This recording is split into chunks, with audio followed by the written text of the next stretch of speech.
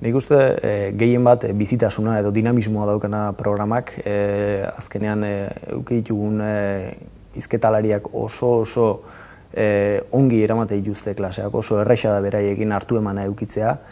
Eta nik uste beste batetik daukan nolabaiteko altxor izkutu horiek ez zauden ohituta lan egiten. Eduki dugu erizaintzatik datorren jendea, enpresen administraziotik datorren jendea, gure ikuspuntuetatik arren urrun daudena normalean, eta horrek azkenean norbait aberastu egiten du nolabait persona bakoitza, oso aberasgarria da ere bai.